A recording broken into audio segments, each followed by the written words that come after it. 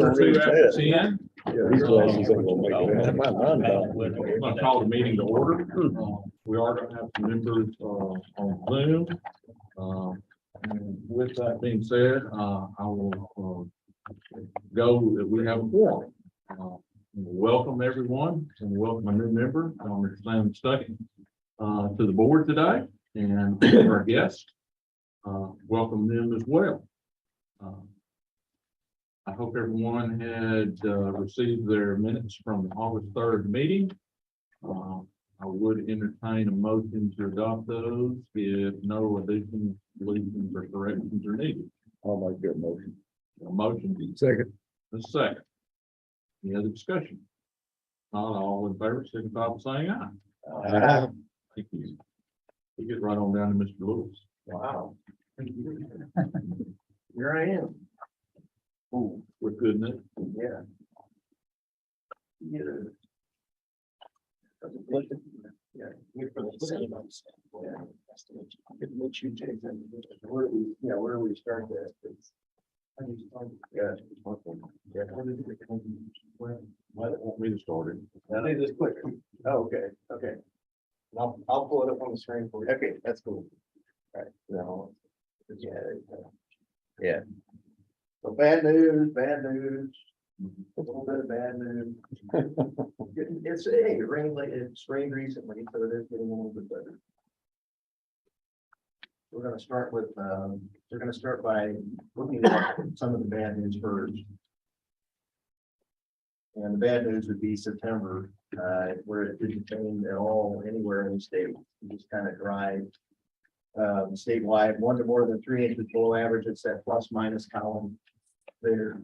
Of course, June into July is when it really got started, not only with the lack of rain, but a lot of heat. Then in August, we kind of got a reprieve with some rain, and then in September, here we go again.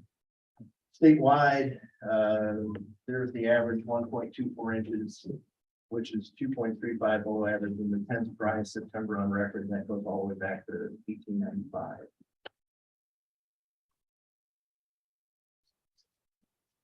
It's going, it's just taking a while. If it was a 10th driest and it didn't rain at all. Right. Well, Yeah,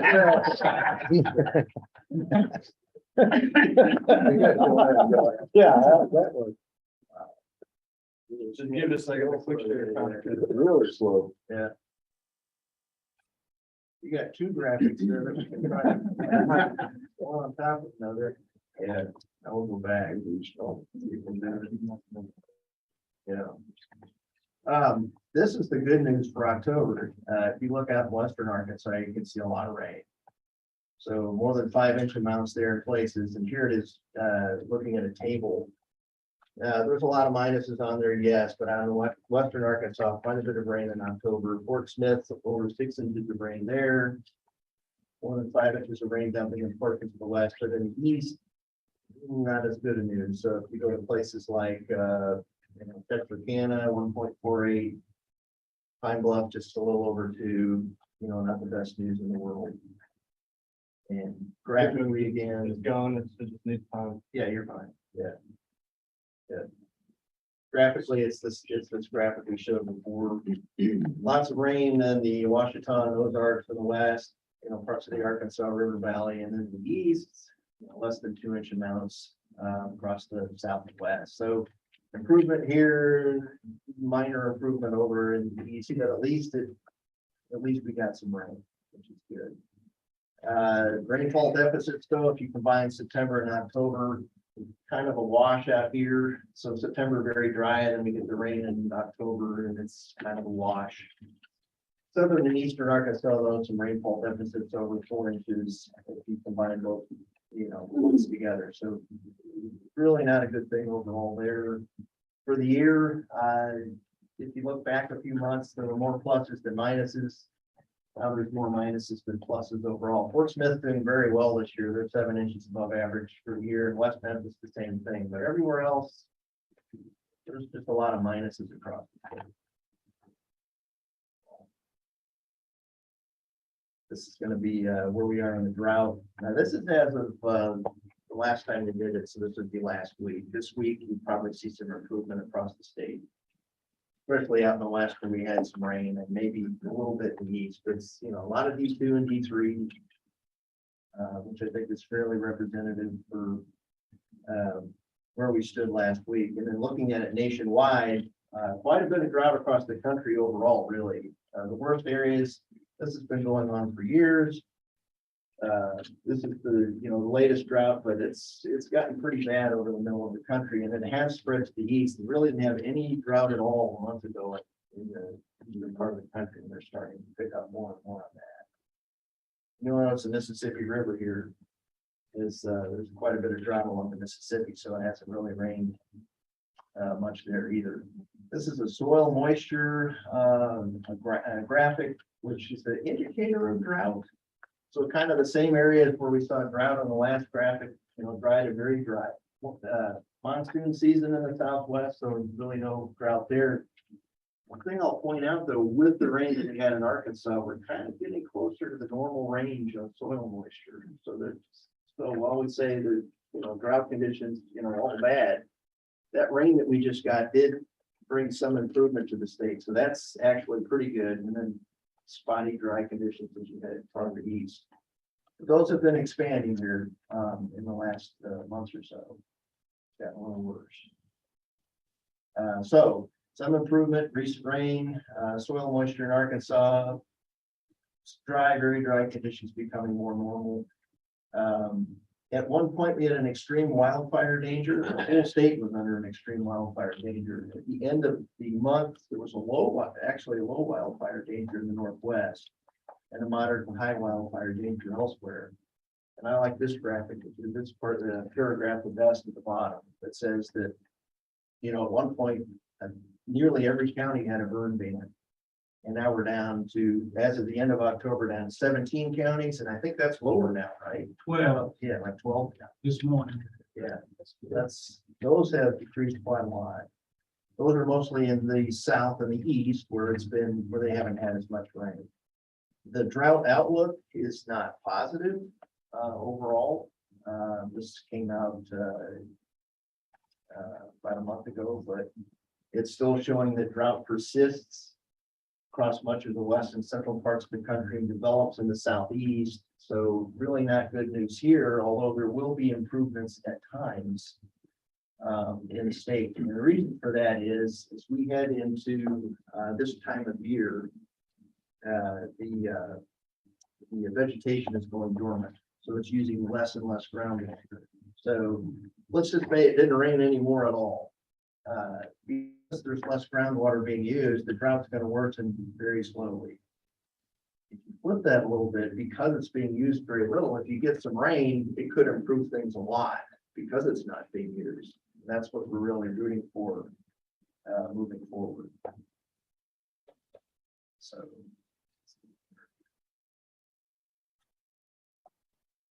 There's a nice picture. I don't even know. This is Pixaday. I don't know what that is actually. Wanted to talk a little bit about the Mississippi River, because that's been kind of in the news here the last 2 to 3 weeks because it is so low. Memphis set a record here recently on the 22nd, almost minus 11 feet. So that's really low for Memphis. There's a marina over there, I guess, where all the boats are sitting in mud. Have been for some time.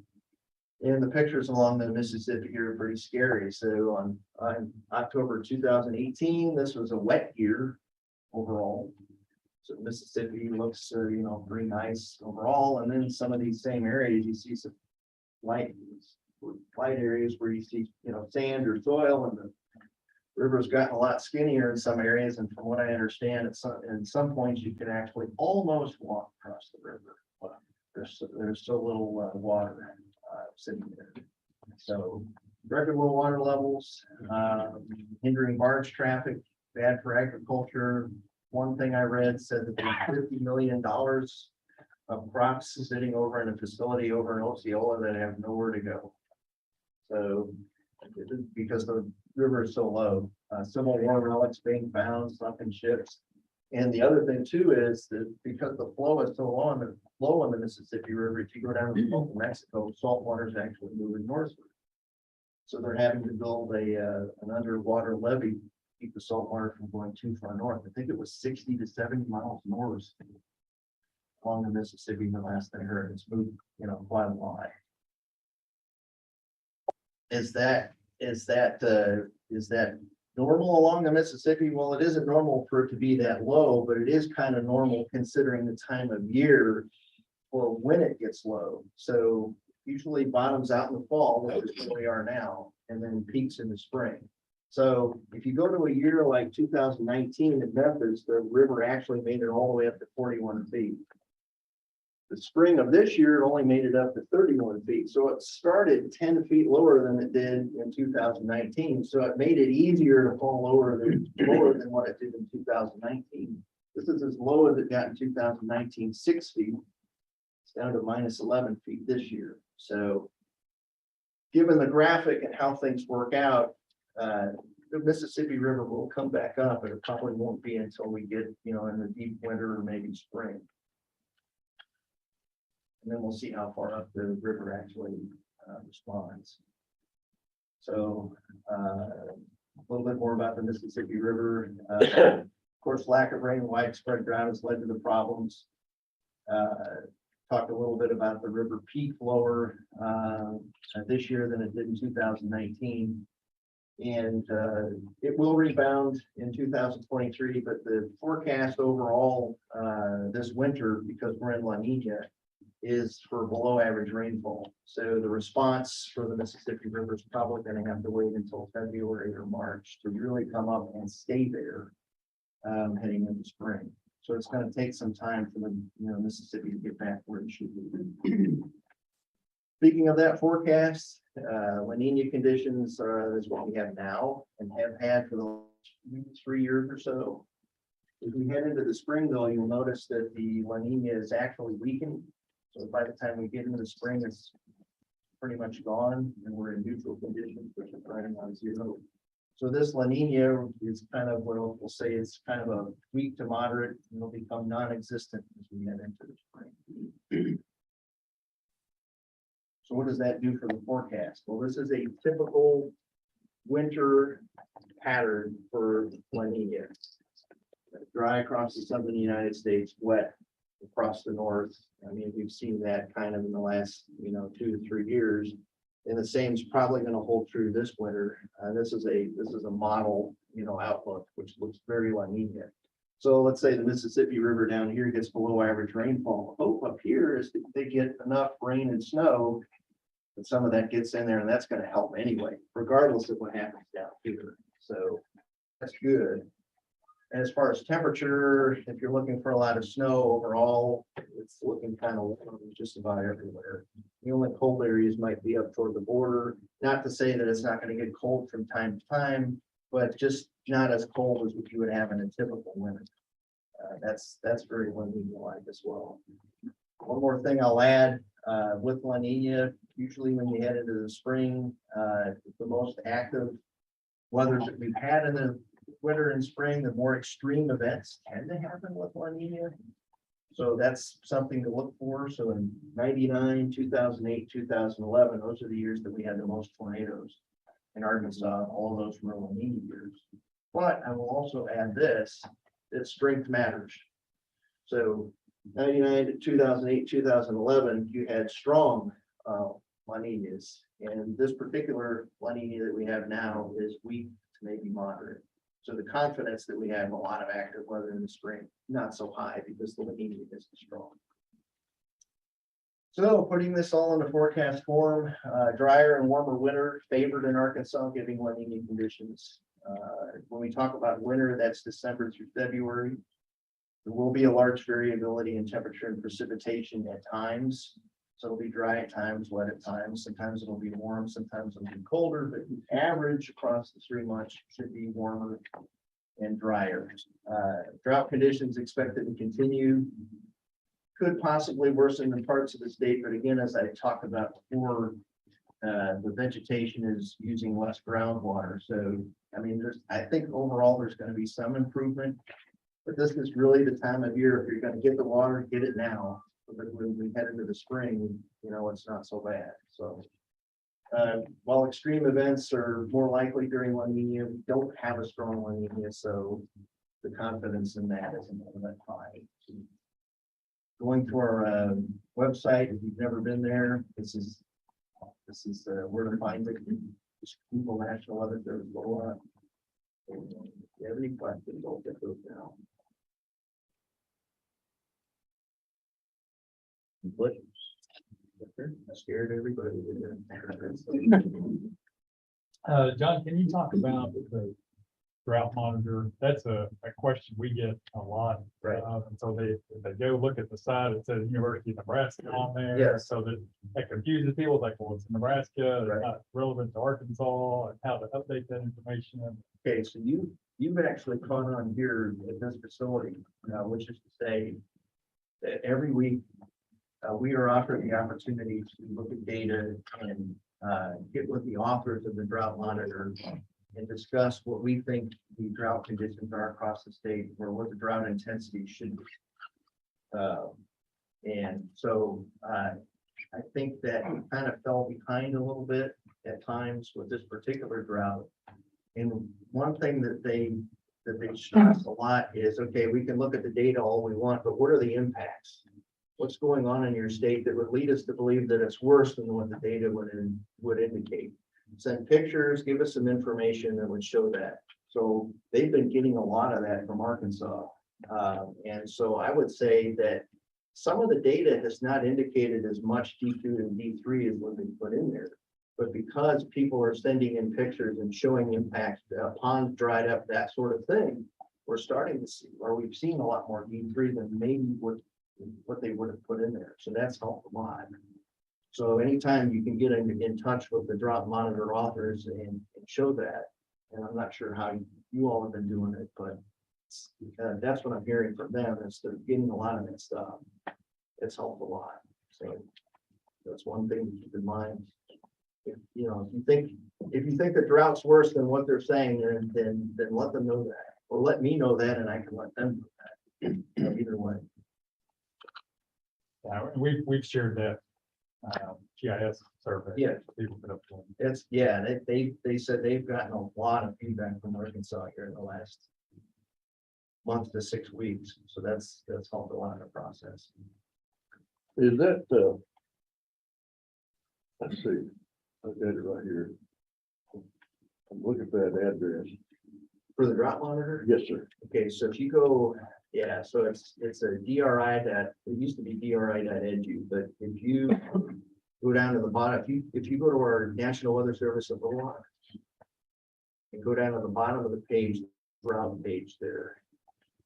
Well, I sent mine to droughtmonitor.unl.edu. Yeah, that's good. That it? Yep, go there, and that's like, the authors there are mostly from the University of Nebraska, but they also have other authors in other parts of the country that it's a lot of work. Because they have to correspond with, a lot of people across the country to put that out. I would hate to be a drought monitor author, but yeah, they're mostly climate people that are doing it. And they're very good at what they do, but sometimes they need a little, feedback. Yes. You seen any studies on the effects of this drought on the aquifer, Sparta aquifer? Not so much, yeah. Yeah, thank you. Yeah. Any other questions? No, thank you very, very much for your presentation. Moving down the agenda, we'll turn it over to Mr. Secretary. Okay, yes, sir. Well, thank you. I appreciate that, and appreciate everybody that's here in person and joining us online. Appreciate you taking time to go through the weather updates as well as the division and reports from the Department of Agriculture. And so I just want to highlight a couple quick topics before we jump into the division reports. But certainly since our last meeting in August, it's been very busy. And so we've had several events with Governor Hutchinson, again, promoting and talking about the importance of agriculture to our state, but we've also had several other meetings. So just want to run through those. We've had a Buffalo River Conservation Committee meeting in August up in Jasper. Catfish Proclamation event with the governor, participated in Farm Progress Show in Iowa. Governor went to the Pike County Fair where they had a 100-year anniversary, so we got to talk about the importance of fair and livestock shows and that aspect of agriculture. We had the EPA Region 6 Administrator came and did a tour of the Illinois River Partnership in Northwest Arkansas with Congressman Womack. We had Diversity in Agriculture Conference. In September, we got awarded the ARPA funding, so we'll go into a little more detail on that. I think most of you are aware of that announcement, but that was a $280 million funding from the American Rescue Plan for water and wastewater as well as irrigation projects. We've had two Arkansas Joint House and Senate Ag Committee meetings. One was in Fort Smith in September, and then we had one on Monday of this week. Those kind of range from a broader, the one in September was more broad to overall impacts of weather and supply chain conditions to agriculture. And then the one that we had on Monday of this week focused more so on row crop field burning, voluntary smoke management guidelines, as well as water, and supply chain disruptions there as well. We've also had our NASDA, National Association of State Departments of Agriculture, had that annual meeting in New York in September. We've had the Rural Fire Show. We've had the Century Farm event with the governor in early October. Governor went to the AYE, Arkansas Youth Expo in Northwest Arkansas, which was a good event. We had our first case of avian influenza. I know Patrick's going to talk about that one. We've had Farm to School Month. Arkansas was the spotlight state at the Sunbelt Ag Expo in Georgia last month. So Cynthia and Amy went participated in that. So just there's been a lot going on since our last board meeting in August. Never a dull moment. Always many things that we're trying to tackle and juggle all at once. But also wanted to kind of give a look to the future on with over the next few months and even this week. And so we had a meeting with the governor on Monday of this week about our budget and building needs. And so that went well. And then we've got a meeting this afternoon with the legislature, the Joint Budget Committee, to talk about special language. And then we've got our department budget hearing is tomorrow morning. And so spending a lot of time preparing for that. Noosa is doing a great job. I don't know if Noosa came in here probably because he is covered up in paper trying to get ready for the budget hearing tomorrow, but I think we're as ready as we can be, and I think we'll represent y'all well at that hearing. We're also, of course, preparing for legislative session. So I've got a binder here of proposals that we submitted to Governor Hutchinson that he reviewed and looked at. A lot of it's just cleaned up language. We'd be more than happy to share those with y'all if you're interested in what some of those might be. Certainly still a process involved there of working with the legislature on implementing those running the bill and getting those things through the finish line. But we're in the process of looking at legislative proposals for the session that will start in January. So wanted to highlight those and certainly would appreciate y'all's input as we're preparing for the legislative session on anything that y'all see that might need to be updated or improved as far as the Arkansas code that we can help pursue on y'all's behalf and on behalf of our state's agriculture industry. And then lastly, I won't spend too much time on this, but we're also just preparing for a change in administration. So that's coming, and so we've got a transition manual, a lot of those sort of things that we're putting together just to make sure that the next governor starts off and has everything that they need from an agriculture standpoint to continue without any slowdowns or hiccups to continue moving forward. So that's just a quick overview. Happy to answer any questions about any of that, but if there's not any, we'll jump into the specific division reports. Got a lot to cover there as well. But I'll pause for a second before we start if there are any questions on any of that. I'm gonna put you on the spot. Yes, sir. You know, I'm good at that. You always have great questions too when you put me on the spot. Do you anticipate any fallout, if you will, that's probably not a good word, but with the new administration and the concern with agriculture. I don't, no, sir. I think there's recognition that agriculture is our largest industry. It's incredibly important. I know all of y'all have had conversations as well, and so I don't foresee any hiccups or any issues at all. And agriculture will continue to be incredibly important. Okay, well, if not any questions, we'll start. I see Joe first, so Joe's got a big report. Well, it's got a lot of acres in it. I don't know how big the report is. John did not do well for us the last quarter.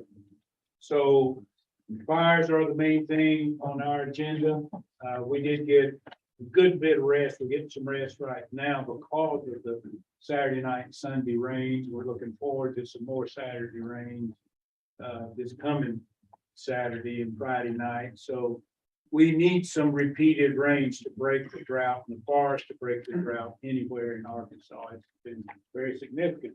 But to put this year in perspective, so far this year, so 10 months, we've had 1,617 fires, over 31,700 acres. Now that's the largest fire year on acres since 2011. But it's the 54th largest fire year since we've been keeping records, which is more than 80 years. So it's really not a big fire year for us. Another comment I'll make a little later on that, but it's not been that tough of a year. It's the toughest one we've had in the last 10 or 12 years. But when you look at the whole picture of our statistics, it's not that big of a droughty year. Now, my editorial comment is our marketing department, the news media in general, has done an excellent job this year of getting the word out about being fire safe and wildfire aware of what can happen. Some of those high wind, low humidity days we had last week, the week before, we could have had triple, quadruple the number of fires and the number of acres had citizens not been doing a really good job of being careful, whether they were bush hogging, whether they were parking their cars and not on over dry grass, or burning trash when they ought not be burning trash. Being aware of county burn bans. We are down to 12 county burn bans. I think we had been up to somewhere around 72 out of 75 counties earlier. So our fire year is worse than we've had in more than 10, but it could be so much more worse. I'm very thankful for what citizens are doing and what the news media and our marketing department, communications people are doing. Right now, we've got 253 positions filled, 17 advertised. We finally got a couple of dozers in that have been on order for more than a year, I think about 15 months. We've got 3 more ordered, but still having supply chain issues with dozers and transports and pickup trucks. So we're way behind on capital spending because of supply chain issues, and we're frankly not keeping up. Just did a little survey, but we've got 46 out of 110 dozers that are 15 years old or older.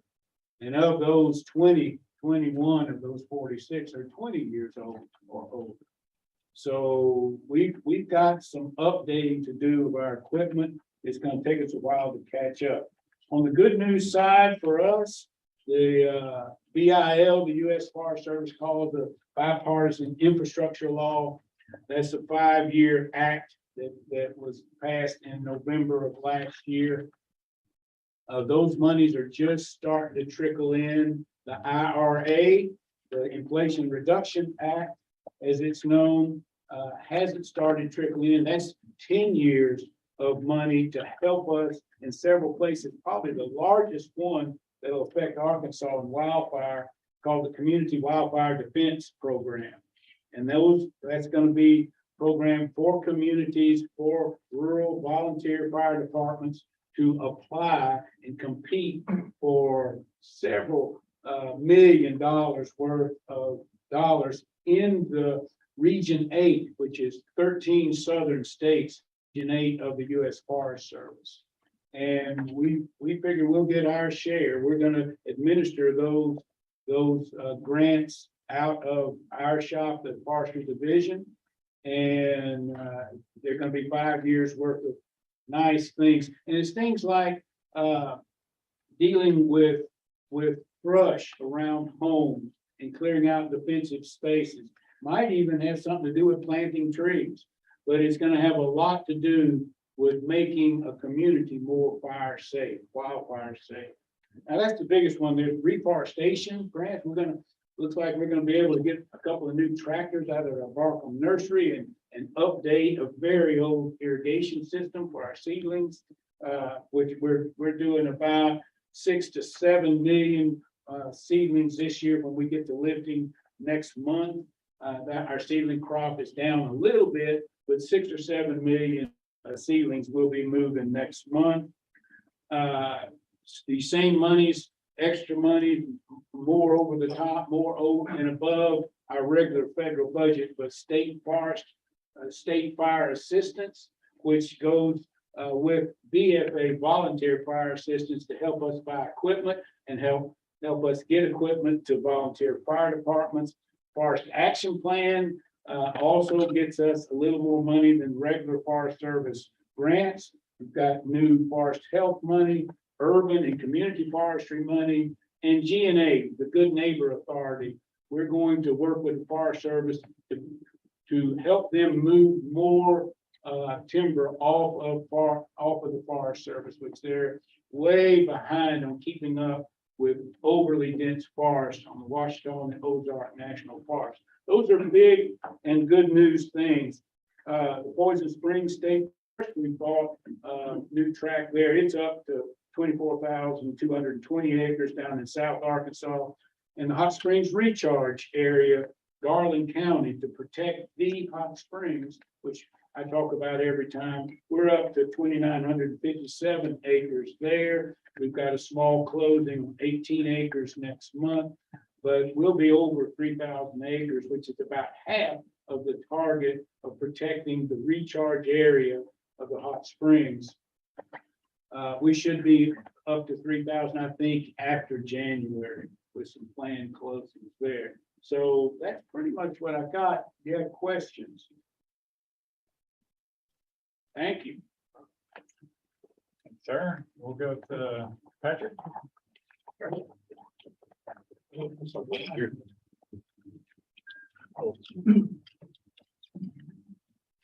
Mr. Secretary, Chairman, and the board. Appreciate an opportunity to kind of give you a little bit of an update here. I'll start with, since we started with the weather report, I'll kind of give you an update on cattle in Arkansas and what's going on with sales particular and our inspection. Things started kind of calming down and getting back to normal until it gets rain. But there were still some concerns out there with hay and shortages.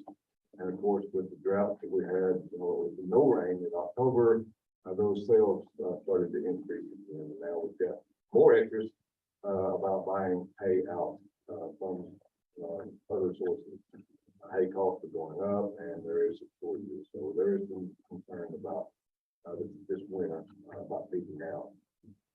As far as the equine side of things, pretty quiet. And as far as the disease control, we have had some welfare issues that we've kind of seen folks with to kind of help out. Right now, we're in cooperation with Pulaski County Sheriff Department as well as the county judge. Mr. Billy Black has helped us with this. It's some horses that need to be buried properly. The landowner is not available, so we're going to assist with that burial and some other issues. So we're just trying to help out there.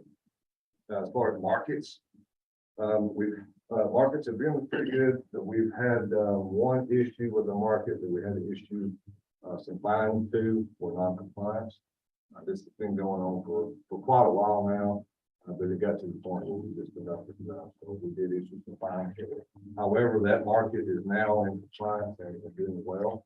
As a matter of fact, we entered into an agreement with them to supply them with a market news reporter for the goat and sheep sales.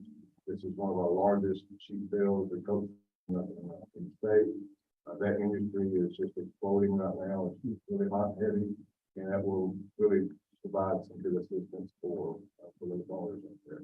We've been getting requests for a market news reporter for about a couple of years. But due to non-compliance, we just didn't want to do that. But now we're free to do that. We've opened that up for the channel.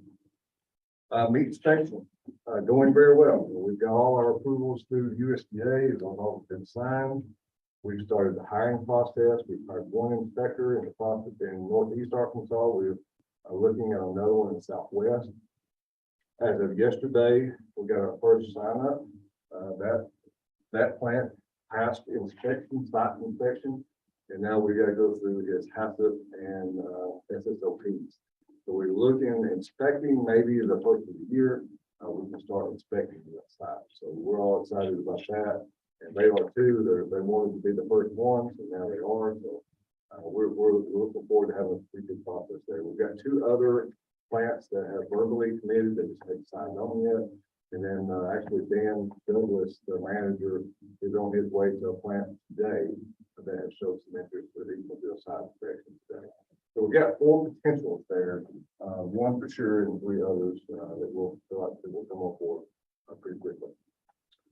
The big news, avian influenza on October 7th.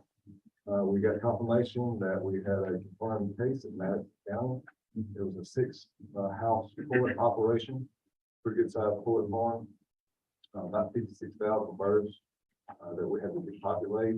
I am proud of our industry and our folks that got involved. The first 48 hours were pretty tough, pretty hectic, but everything is lined out well and everything is going good.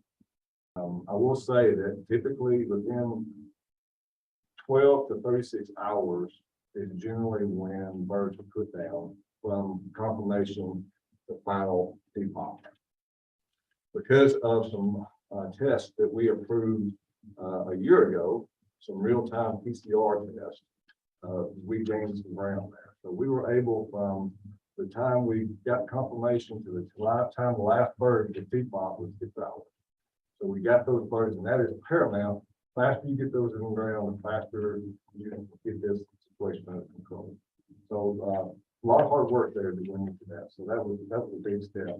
Right now, as it stands, we have, well, I'll say in Polk County, also a week later on the 14th, with a backyard operation that was confirmed positive. We kind of slimmed by on that one because there are two classifications in non-poultry. Oddly as that may sound, basically what it amounts to is that poultry operation is labeled commercial or not. This was a 500 bird operation backyard. They do sell at a flea market, but luckily they haven't sold in the last 14 days, so that's deemed them as a non-poultry. So that quarantine area was not as stringent as the one in Madison County. So we just have one commercial operation and one backyard. Polk County, the backyard block was released as of Monday.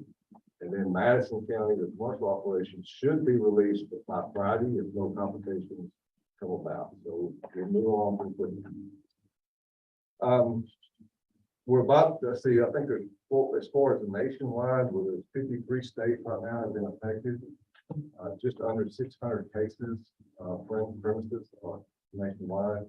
About 45% of those have been back to the park.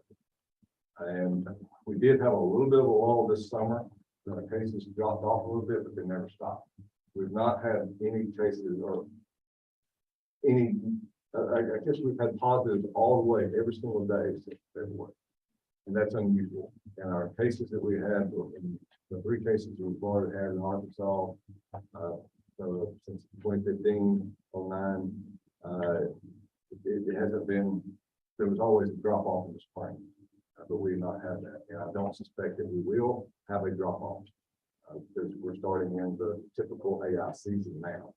So cases will only climb now. So we're still on guard, doing our due diligence and trying to prevent any other infection. But so far right now, we're good. And I'll open that with any kind of questions. Oh, I do want to recognize our plant industries and the cooperation that we have with other divisions here. We got in a bind, and when we got that second confirmation at Polk County, we were spread pretty thin. We had the fairs going on, state fair was in the middle of that. So we had to do our day-to-day activities as well. We had to keep those activities, our markets. So Scott and his bunch chipped in and helped us out at Polk County, so we appreciate their assistance. Any questions? Great. So I do want to just dovetail one thing off of what Patrick mentioned. So one about avian influenza, just how big of a deal that is, certainly impacts trade relationships. So poultry is a big component of Arkansas agriculture, and if you look at the export market as well, you have an incident that certainly disrupts those trade opportunities in China, certainly put a ban, but Mexico, I think we're working some issues with Mexico on poultry, but the bigger threat too, when thinking about avian influenza, a lot of y'all have interest in waterfowl carries avian influenza, and so I would say we've seen the virus sort of change than what we saw in 2015 when we had the big outbreak across the U.S. That USDA called the largest animal disease outbreak in U.S. history, but now we're seeing the virus a lot more, and so it's not one of those. We've got it for a period of time. It's here, it's everywhere, and so as you see migratory birds flying over, the presumption is probably carrying and dropping avian influenza that can make its way into a commercial flock. And so we're stressing pretty heavily the biosecurity for poultry producers, whether commercially or backyard flocks or across the board, making sure they're following the biosecurity measures. But also into that conversation that we've had with USDA on a national level, as they're dealing with avian influenza across the country, and we're dealing with it in Arkansas. And one of their concerns is, hey, that's taking a lot of time, manpower, resources, funding. What happens if we have African swine fever on top of that? And that's a very real threat. But not any other animal disease outbreak that could also spread throughout the country would be very difficult to manage with their USDA existing staff as well as within the state. We rely pretty heavily on USDA and their response capability for that. So just something to keep in mind that, that's why we treat animal disease and biosecurity so heavily and stress the importance of that so much, is because it's incredibly important for our industry and our producers' ability to make a living, but also our ability to respond to more than one of those at the same time. And then just to make it more complicated, when you look at that from a department standpoint, Patrick and Livestock and Poultry is dealing with avian influenza, throw another event on there, and then Joe's dealing with wildfire danger, and Scott's dealing with responding to pesticide complaints. It stretches us pretty thin across the state. So a lot of things that we try to juggle and make sure that we're adequately staffed and resourced to be able to respond to those individually, but also if those are compounded and happening at once. And so I wanted to point that, and I think we've got a great team that's doing a great job, and that too ties to the importance of transformation, as Patrick mentioned. Scott helping out with dealing with Polk County. So we operate as one team as much as we can. If Joe needs help, or Patrick needs help, or Scott or Chris, we try to make sure that we're a resource across the department to respond to those needs and issues. So I wanted to point that out, but I also wanted to just highlight very quickly, Dr. Field from the University of Arkansas. I think we've made efforts to increase our response time for avian influenza. We're working on additional capacity there with their lab in Northwest Arkansas, with a lot of the poultry industry in that part of the state, to be able to respond even faster as we move forward. So it is a collaborative approach across the board. And then lastly, just wanted to recognize Dr. Latour as well. Patrick talked about the meat inspection, and so I know they're doing a lot of really exciting work with their meat lab in Northeast Arkansas. So lot of challenges, but also a lot of great things going on, a lot of people working together to be successful, so. I wanna point that out. Thanks, sir. Yeah.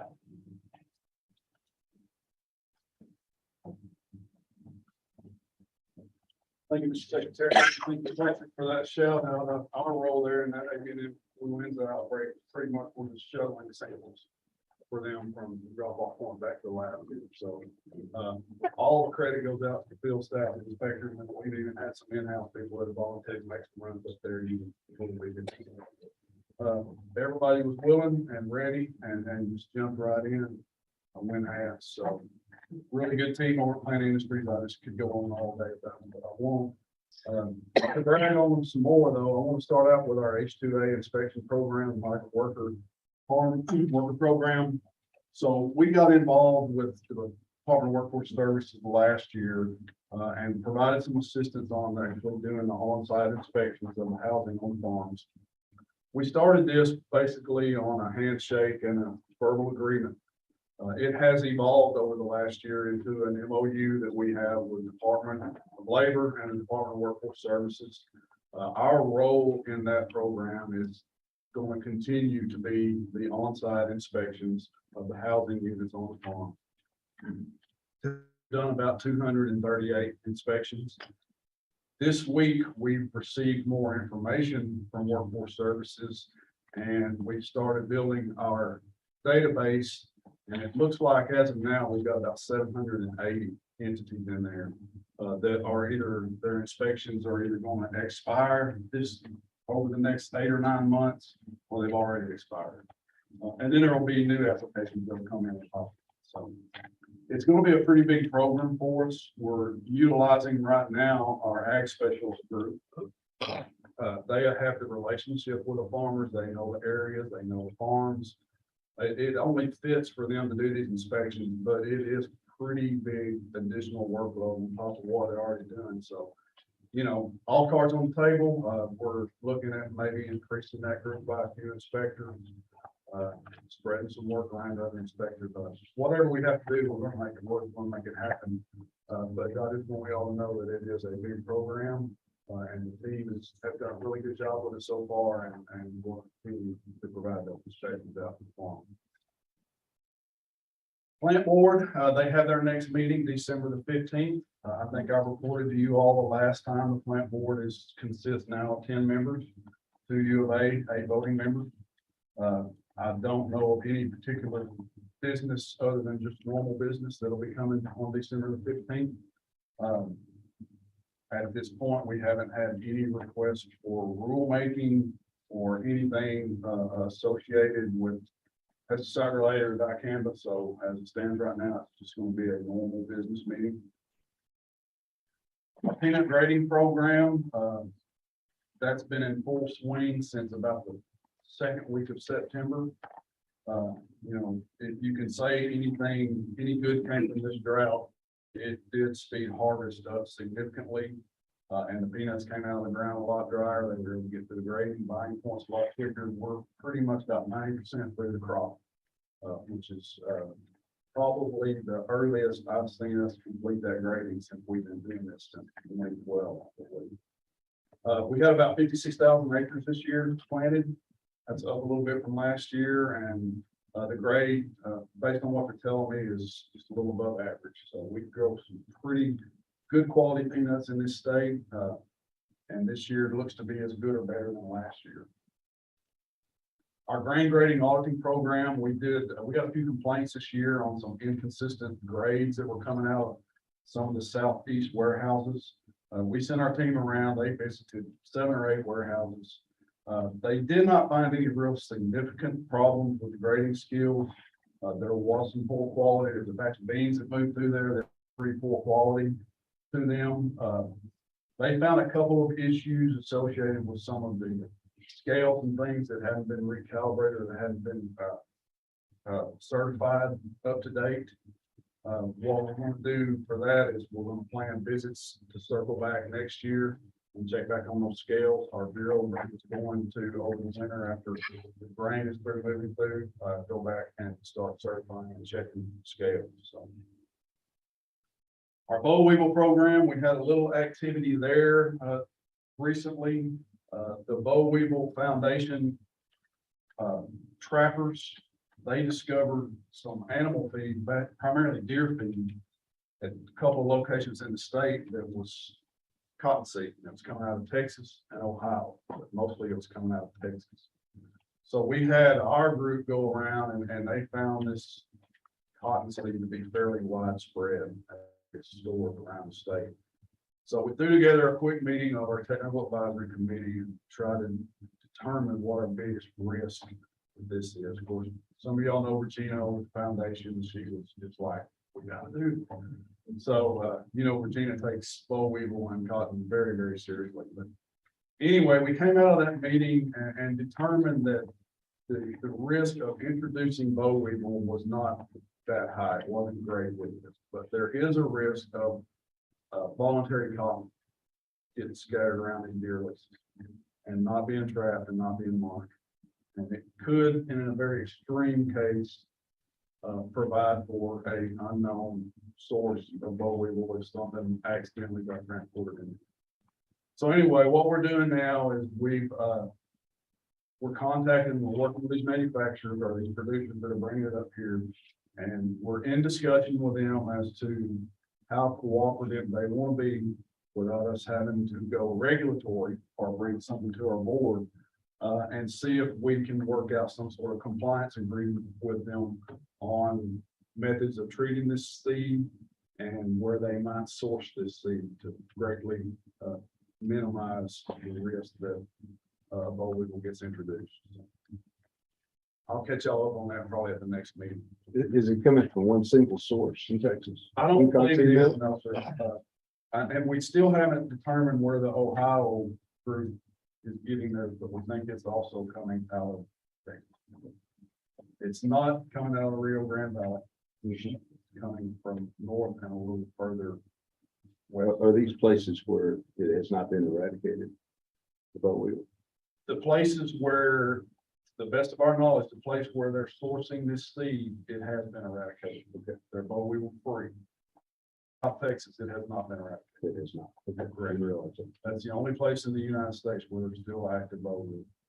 And the reason being is Mexico. They did not eradicate with Mexico. There's a lot of wild and volunteer cotton growing all over South Texas and all in Mexico. And even with very active eradication efforts, there's just so many breeding grounds and areas that they know about. So it's really hard to manage that. Moving on to dicamba, this year, our grand total of pesticide complaints was 406. And of that, 199 are alleged dicamba. That's down quite a bit from the last few years. Just quick reference, in 2021, we had a total of 565 and 360 alleged dicamba. 2020, it was 514 and 218 alleged dicamba. And in 2019, it was 460 with 210 alleged dicamba. So down a little bit from the last couple of years. What our inspector did see is widespread symptomology. We believe, and what they reported to me, is the symptomology is probably just as widespread as it has been the last few years. There's just not as many people calling in. And some of the call-ins in cases before the same person may have called in 2 or 3 different times for 2 or 3 different locations. And now they're calling in and saying, I've got 3 phone calls to look at. So what would have been considered 3 complaints is now 1. So the numbers are down a little, but the situation, based on what we've seen, pretty much remains the same as it has the last couple of years. One thing we saw this year that we did not see in the last couple of years is we saw some very, very late in the season, late up into August applications. We had that.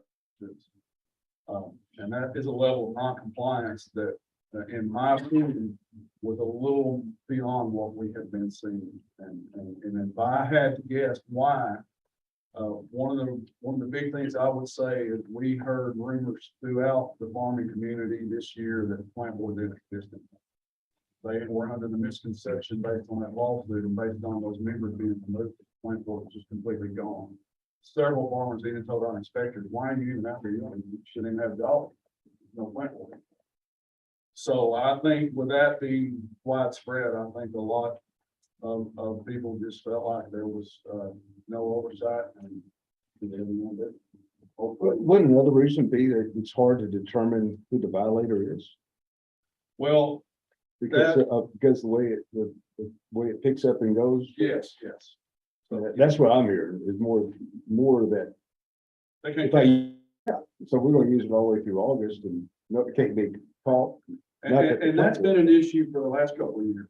Mhm. As far as non-compliance issue. This year, we saw it later than normal, and I'm Yeah. sure the weather had something to do with that, like planting an area probably had something to do with that, but I also believe that a lot of them just felt like, there was no board to even follow. Yeah. Any comment on I saw that the report from Dale Bumpers National, White River area that Bo Sloan followed, and I just saw the report where on 160,000 acres, the symptoms were pretty severe. Don't know the long-term damage, but it certainly the symptoms that it appeared was broad over the whole 160,000. That was from last year. Yeah. Yes, and we did have team inspectors who went in there side by side, and they did identify symptomology, throughout most of it. From one end to the other. So, yeah, it was widespread. It's my understanding from Dr. Ford, I think he reported at one of the last meetings, they watched that wildlife area closely. And I'm gonna let him jump in if I get out of line here, but I do believe he reported that they did not see any significant effect on mass production. And there was good recovery, I believe. But the big question that I don't know if anybody can answer, that a lot of people ask, is long-term, hit after hit after hit, year. What after they year. call it, what, atmospheric overloading of this? Yeah, the term is Can- atmospheric loading. Yeah. And that's when you get use at high temperatures over raw area. Is that being considered with the plant board at all as far as restrictions? Because I know you say we don't know the long term, but that means we don't know how devastating the long term. And we're talking about an area, the White River area is the most important bottomland hardwood from mallards in the world. The plant board has been presented over the years with evidence from all sides and science from all sides. It has been reported from U of A scientists for several years now that this atmospheric loading is a possibility, and it was actually predicted by some of those scientists. Over the years, as that date has been pushed further back into the hotter months, and the non-compliance has gotten more, we've actually seen it play out. It's happened, as best we can tell. The evidence supports that it has happened. As far as the plant board goes, I really can't speak for what they might want to consider or any changes they might want to make. But they have been presented with that evidence. This year, the White River Refuge and some of the discussion has made a little bit of shift more away from farmer on farmer to what about our wildlands? What about our natural lands? What about our wildlife? How much? We just have so little bottomland hardwood left in the Mississippi River Valley, and here we are putting a chemical out that we know is not helping it, just from the symptoms of the leaves of the trees. And there's no way you can stop it because you can't enforce. In your own report, it says we don't know who the violators are. And so there's no way to go find and stop it without banding it. And it's a incredible irresponsible that our plant board is allowing this to happen at this level. Is there anything at the federal level that you can see that EPA is going to do? I don't know anything solid from EPA. I know the label's under review. Okay.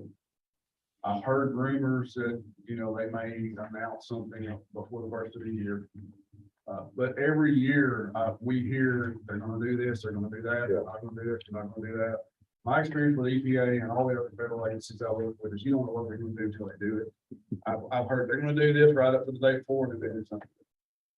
So anything I could say on that would be pure speculation, and I don't want to go there. Okay, As far as the I didn't know plant what was a. you know, the plant board is the board. I have the title of plant board director, but it's really what that means is I direct the staff that conducts the business of the board. I don't direct the board. They make their own decisions. We do our best to bring them as much accurate information as we can. They make the decision and then we conduct. How frustrated is your staff by not being able, you get these complaints and you're not, with all the other things, we've been able to always trace it back to that. Yeah, it's hard to quantify, but it has had a significant impact on morale. Yeah, I would think. it And would. the biggest thing that's affected them is just, you know, workload. We went from averaging 200 or so pesticide complaints a year, the previous 10 years of 2017. 2017, we had 1,300. Since then, we've had 400 and 500 every year. So Have you added staff or were you the same We- workload? we have not, Right. we just Yeah. worked it. Yeah, And that we would have brought other problems. inspector groups in to help out in other areas. Yeah. With the H2A coming on, I mentioned earlier, we're seriously discussing adding some inspectors and building up that inspector Yeah. group some more. We're gonna have to. But yeah, morale's taking a hit, but you know, they're a good group and we've had good leadership here with Secretary Ward and we just, you know, we've done our best to support them and work them through it and they understand that it's just a job and they're doing the best they can. And once they do what they do, it's out of their hands. And everybody understands that, you know, this is not just an Arkansas thing. This is national. No, that's the next. Every other department that I've had interactions with, they have the same issues with this product. You know, they can't track it, they get called, they can't term anything. And it's been very costly to departments throughout the country. We don't really know what the long-term cost is gonna be, which is, that's the scary part.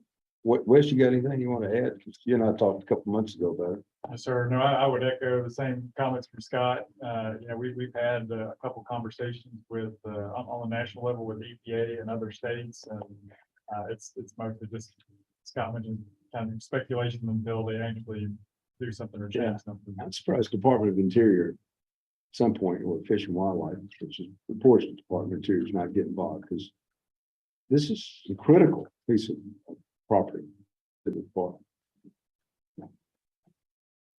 Okay. All right, thank you. Appreciate you answering. Yes, sir. Any more questions? One thing I want to shift a little bit to another program within our pesticide group and, for the last few years, that section, most of the attention they get is on by county and enforcement.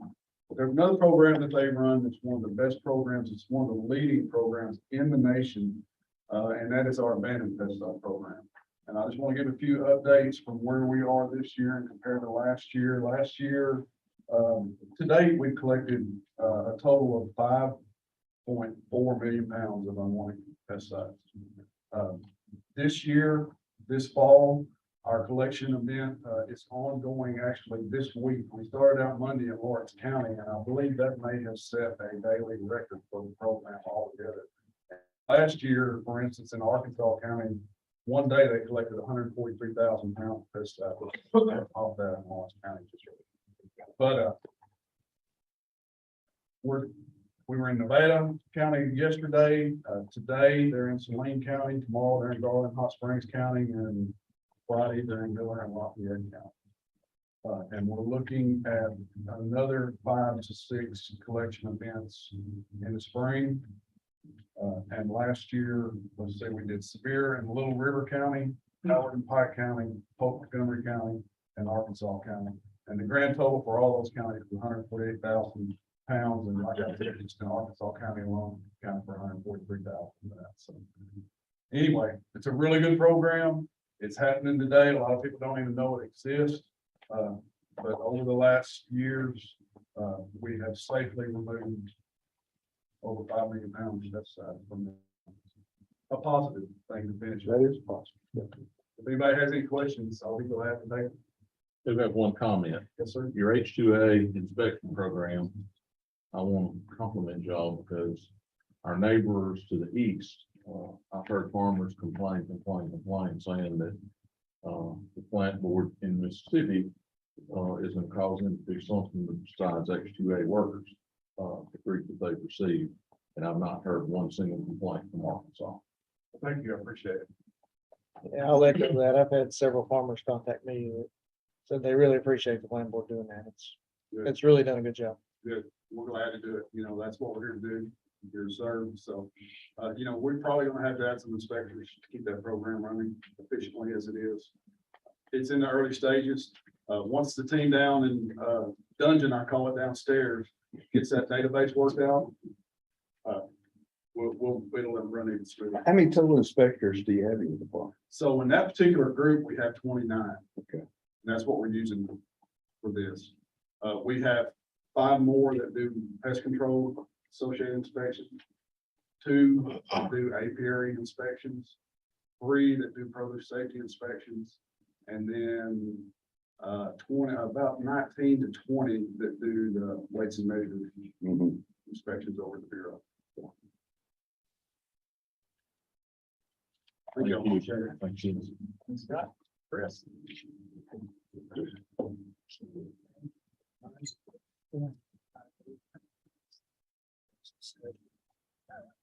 Good morning, everyone. Chris? First, before I start, Mr. Turner, you had asked a question about impacts of the drought on the aquifer. Yes, sir. We monitor the groundwater in connection with USGS, and we won't complete our fall measurements till a little bit later. We'll produce that in a report next calendar year. So it kind of runs a little bit behind, but we're anxious to see to compare, this year's data against last year's data to see what the impact were. Thank you. So as soon as we produce that, we'll send that to everybody. You heard Secretary Ward mention the American Rescue Plan Act funding in his report. That's been a big deal for us, $280 million that we can use. 10 million of that went to the irrigation projects by me and Grand Prairie. 270 million of that we're administering at the Natural Resources Division as a grant program. 2 communities across the state, the water and wastewater funding. This is kind of a once in a lifetime opportunity for a lot of communities because we typically offer loans and most of our other funding partners offer loans. So this will be a big deal for them. We anticipate a very large number of applications. The application period actually closes this Friday. And then we'll have a team that will be set up, the team of Natural Resources Division staff, ADEQ staff, and Department of Health staff that will be scoring those proposals based on scoring criteria that was already established at the beginning. And then we'll present the recommendation from that committee to our commission on December 2nd at our commission. So big deal for the state, a lot of interest. We get a lot of questions. We've done 7 different application assistance meetings. Some of those were 6 of those were in person. 1 was truly virtual. Just trying to help folks understand the application process, everything that they need to do, and just try to provide good customer service to those folks because we want as many good applications as we can get. So big deal for us.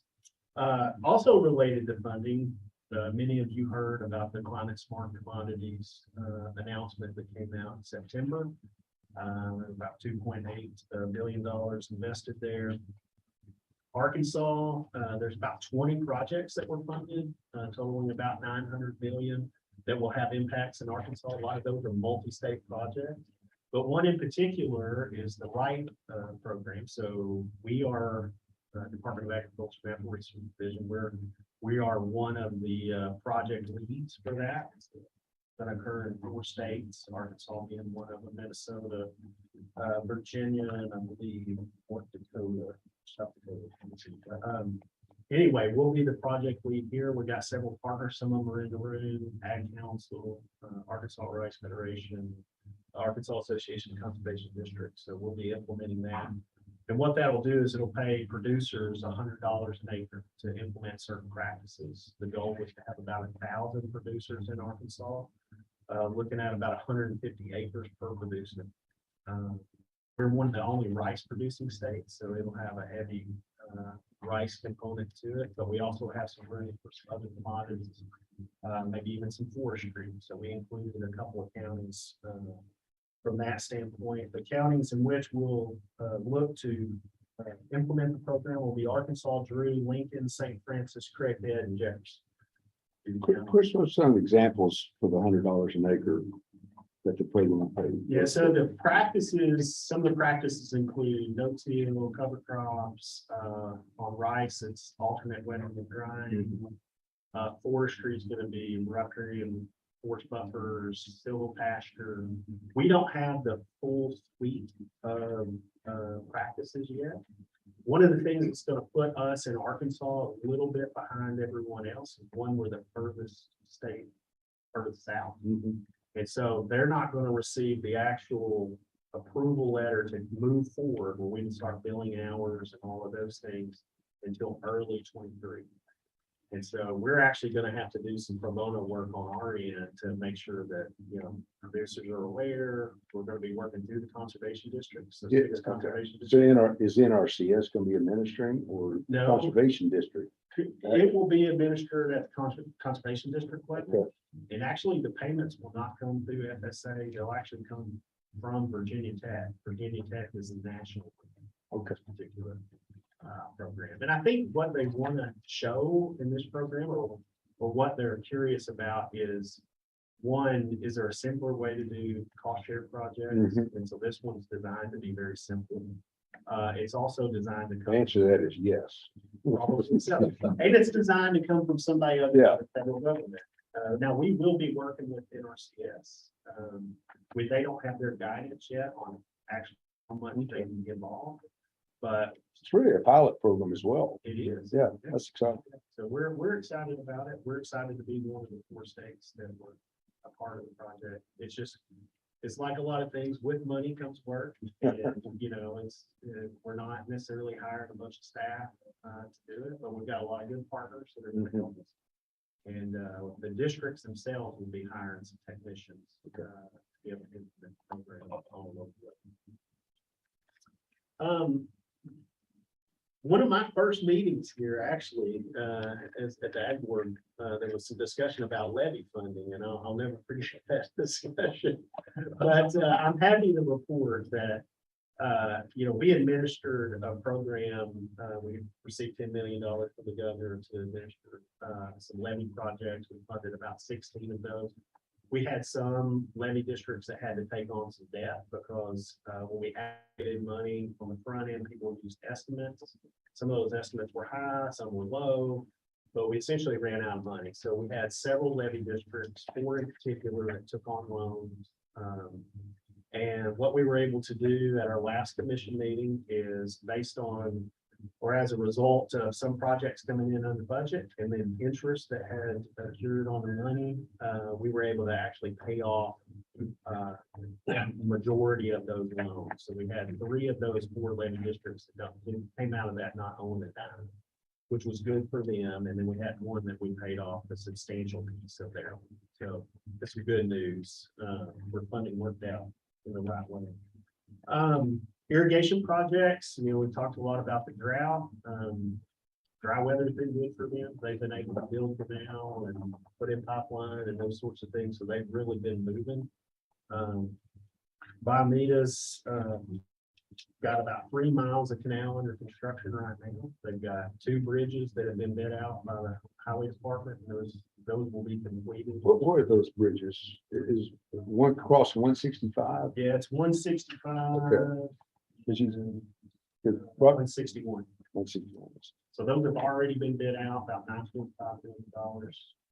Oh. They're funding. Fantastic. That'll be good. And then there's several other components of the Biomeda project that are underway. Biomeda will actually construct one county road bridge in conjunction with those 2 highway bridges. Where's that? Is that, I'm not sure which county road across the Mexican. I want that. Okay. And then they're about to basically run through all their controls and pumps. Those pumps haven't been started in a long time, so that's going to start in 23, so they can check all the infrastructure there. And then they've got several other components that are in design. Any news on the bottom half of the, down at Waydell? No, Get the drainage out of Alameda Wildlife Management area, Yeah. little Alameda clean out. sure. I actually had some emails back and forth with Katie Fish over the last couple of days. So Hotmeyer and Hotai are about to finish up their study and make some Okay. recommendations to the commission. And then once we see what those recommendations are, and if that changes any of the design component of the lower end, then we'll Gotcha. know. So just waiting on that. Yeah. And then, remaining parts of Biomeda, they got canal 3.2, which is the next portion that'll get them down to the Indian Bio is about 95% design. Which is good. So then they'll start the land, easement rights way component of that, and then, hopefully get ready for construction of that phase. And then, Wapsico Bio clean out, the design to start it on that. So they're making progress. Good. Same thing on Grand Prairie. They're building, canal like crazy right now. They've already completed about 2.5 miles of canal this year. And so they're continuing to build canal, as long as they have good weather, they're gonna keep moving. And then they've got about 5 road crossings. They finished the road crossing there at Downs Road. They got 5 other road crossings that they'll have to do with the construction of 2 highway bridges as well, one on Highway 70. But if you drive down 70, you'll see canal on both sides of the highway right now. So they're moving.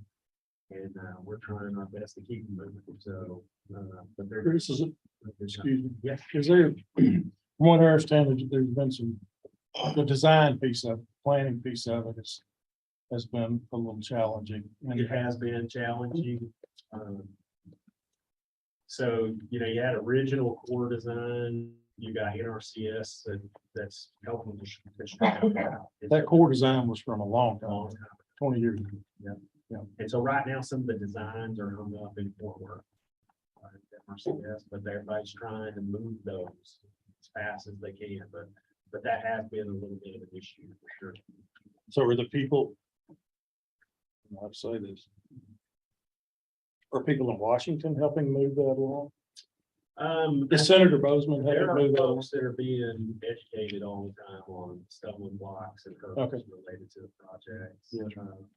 And then, just the continued federal funding to keep them moving. Okay. Because, that's probably as important as anything. It's just making sure that even if they get them designed, that we have funding to start construction in the next federal fiscal year. Okay. Keep them moving. So we're trying to balance all that, and a lot of different partners are too. Just trying to make sure that we can keep it moving. Well, I don't envy your position. I just wondered where the bottleneck is really, if there is one. Well, and then, I mean, I love our federal partners, but, their level of bureaucracy is pretty good. And they have to navigate their system just like we do on the state side. And, but there are folks pushing internal within NRCS. We've got a lot of good, supporters of those projects, and they're pushing as well. They're trying to keep it moving. And we have really good momentum right now on both projects. They're making substantial improvement and really advancing them. And, you think about drought, we need alternative water sources. Amen. And so when they get those constructed, you're looking at close to 600,000 acres of irrigated with something other than ground. So I'm curious about that Sparta. Where is it, where it's at? Which most of those, most of these projects are designed to alleviate the alluvial, which is on top, but the worry is that if the alluvial starts to go down, then folks will go deeper and go down into the storm. That's one of the major concerns. So we need to diversify. a little bit. And Chris, is the core shelf, what kind of progress are they making on finishing the pumping station? So first thing on the pump station at Grand Prairie is really getting electricity. And so that's funded at about 13 million. And so the Corps and White River Irrigation District and Entergy have been meeting, getting revised cost estimates, but supply chain issues are going to impact that. Because right now, transformers are on back order, costs are going to be higher because of supply chain issues. But they have the funding to do that piece right now. They do not have the funding for the reprocurement finishing the pump station. So that's something we're still going to be working on, still pushing for that. But they could function potentially without some of that once they get electricity. we have some of the components of control in place to be able to move some water, hopefully. So that'll be next on the list is where you prepare the mention it. It's about 95% complete. So, you know, they had a bad, for those that don't know, they had a contractor that basically didn't fulfill their obligations. And so when you do that in government, it's not as easy as just going and getting another contractor, because ultimately you have to settle whatever is owed from the previous contractor. So anyway, that hopefully they'll be able to work on that next, but power is the big thing. And again, that's $13 million to get power over there. But it's fully funded, so they're fully funded through the core right now. And that's good, they're being able to match it. Feral hogs, obviously another big project for us. We're trying to right now, we have $650,000 of congressionally directed spending that we're trying to get 4 technicians hired, get trucks bought, get UTVs purchased, so that we can work mostly in Northeast Arkansas on an eradication project in certain watersheds up there. A little bit different than some of our other projects that we've done. There's challenges with that. Vehicles are tough to come by. Right now, we are able to get the UTVs that we need. And then, like a lot of positions that we have, it's hard to get large. Our applicant pool are small, so we got 1 technician hired, and we need to hire 3 more. And then get them trained and get them out on the ground and get them working. And, so we're working on that. And then our pilot program, which was 12 county pilot program, we're entering the 3rd year, just entered the 3rd year of that particular project. So right now we're doing some analysis and evaluation to see, what do we need to do next? What do we need to change? They've all made progress. For our current pilot project, we've been able to harvest or get rid of about 13,628 hogs, just under that, just tied to that 2-year pilot project in 12 counties. And then the task force overall, which has been a great benefit for the state, Secretary Boyd and I both served on it at different times, but they've removed about 38,425 hogs since January of 2020. So a lot of good effort, a lot of momentum there. We just need to keep it up. And then last, conservation districts. We work with all 75 conservation districts across the state. They're very important for getting conservation on the ground on the local level. About $140 million comes through those districts in Farm Bill dollars every year. And then they help us administer about 9 state programs across the state. So we're doing district training right now. We've got 4 district trainings scheduled in December, for staff and their board, trying to get them up to speed on our programs and basic things like Boyer, budget, and all those kinds of things. Turnover, like everything, hurts everybody. So education, you never stop. You just you have to keep it going. We're also conducting audits, so 2 years of financial audits on the districts, outside contractor that's doing that. And then we're hoping to launch a newsletter that's specifically going to the districts in December. And so what that newsletter is going to do, it's going to share success stories from other districts. We're always trying to, if somebody had a really cool project, we're able to secure funding for it, and it worked out and had very positive conservation results, and share those success stories with them. We'll do calendar events. We're going to ask for guest writers. There's other programs. Think about U.S. Fish and Wildlife Service and their partners with Fish and Wildlife and other entities that we work with. We'll ask them to share different or information about their programs, and then we'll continue to educate the districts about our programs as well. Do that. So we're hoping to launch that in December, and hopefully that'll be good for the district. So that concludes my report. Any questions? Yes, sir. What is, I don't want to put it in. Do you have a guesstimate on, what kind of event we put in feral hog? We don't, because we never had a really good population estimate to begin with. But I will say this, and it's going to be spotty, obviously. Densities are greater in certain parts of the state than others. But we're getting really good anecdotal information from the producers that we're working with, the different landowners that we're working with, that may have seen hogs every week. So now they're not seeing hogs, but maybe once every several, 2 or 3 months.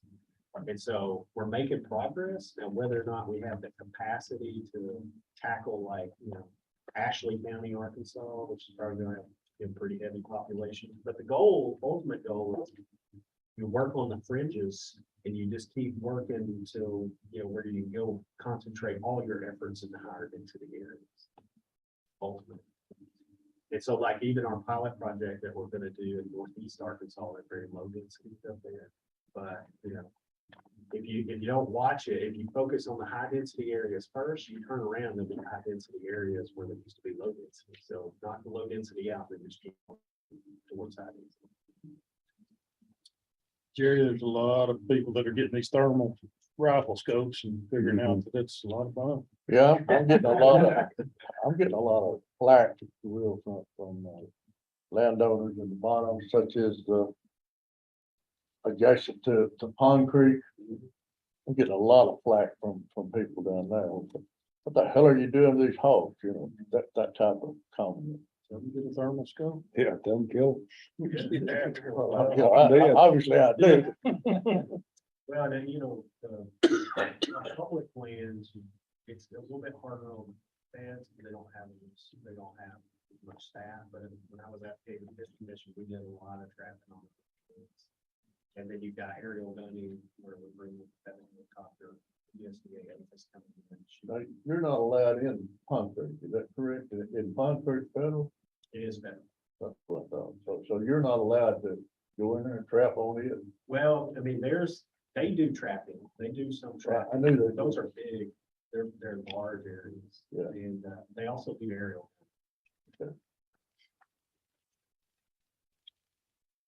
What about say the Tennessee and Mississippi Islands that are on the Arkansas side?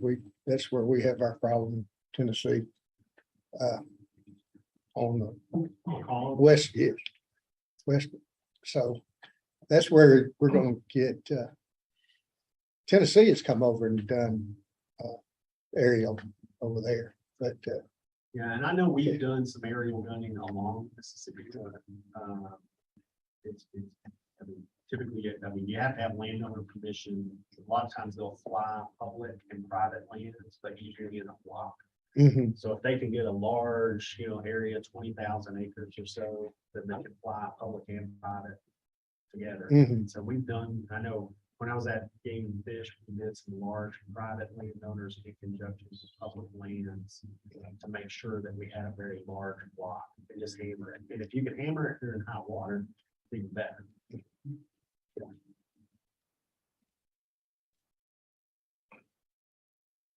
All right. Thank you all. Thank you. All right, Mr. Chairman, that's our reports. Thank you, Mr. Secretary. Division Director. Other business, anyone have any other business? Anyone have anything they'd like to see on the agenda for our next meeting? Mr. Chairman, I don't know if this is out of order, but it seems like from the division reports, there's a lot of cash either here or en route for a lot of beneficial things to take place. And it's almost hard to kind of wrap your mind around where, if I wanted to help educate producers, stakeholders in my area as to what there is available and how to go about it. It's almost too much my little mind just doesn't work that well. Could we come up with some kind of a cheat sheet, Mr. Secretary, to say, okay, these are the programs and this something simple. Does that make sense? Yeah, no, it does, and I think that's a very good question, especially over the last couple of years. When you looked at CARES Act, you have our baseline regular programs and funding that help in different areas and for different purposes. Then since coronavirus, CARES Act, American Rescue Plan, Infrastructure Investment Jobs Act, Inflation Reduction Act, there's all these new federal funding mechanisms that are flowing to the states. And a lot of times we're trying to figure out like, what is this and who does it apply to? What can we apply for? Or what might be beneficial in Arkansas? So, great question. And I think we would share some of that sentiment. I do know that there's I don't know that we've made it very far yet, but, the governor, each time one of these happens, the governor has put together, Governor Hutchinson put together a steering committee. So we had a CARES Act steering committee, had an American Rescue Plan steering committee, Infrastructure Investment Jobs Act, Planning Advisory Committee. So the IIJA and we participate in that. So that's one thing that they have looked at of saying overall for the state of Arkansas, all this money's coming in. How do we better tell that story of what's available to Arkansas, whether it's highway funding in their particular area or it's funding for volunteer fire department or whatever, being able to just say, here's what's going on in your area and what might be available. So we're working on it. I think we can certainly say we'll take a look at what we could put together more specific to the Department of Agriculture, but overall for the state, it's being looked at as well and how to better share that information. Thank you.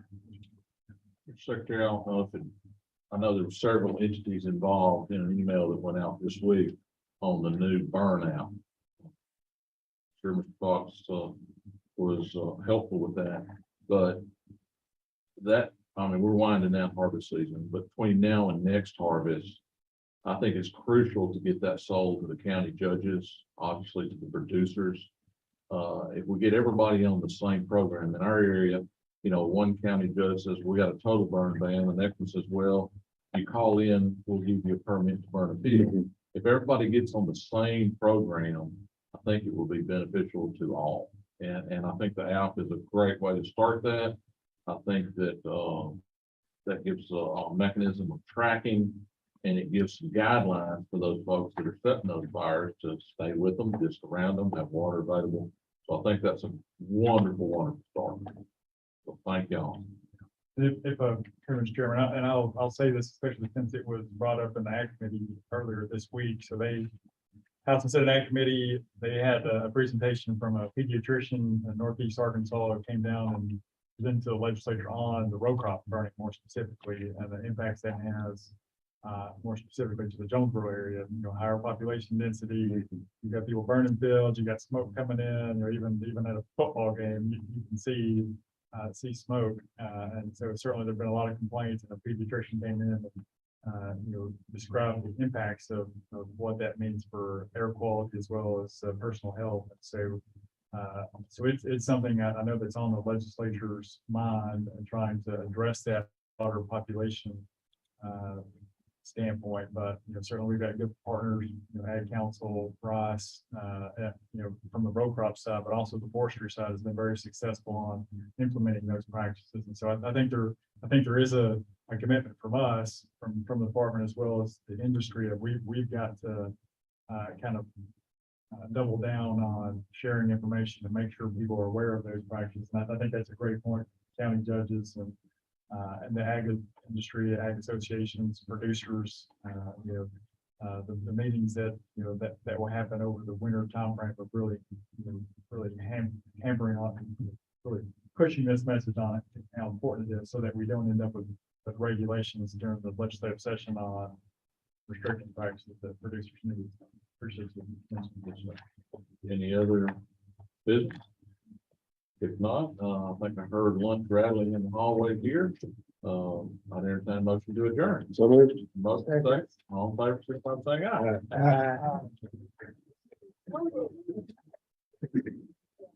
aye.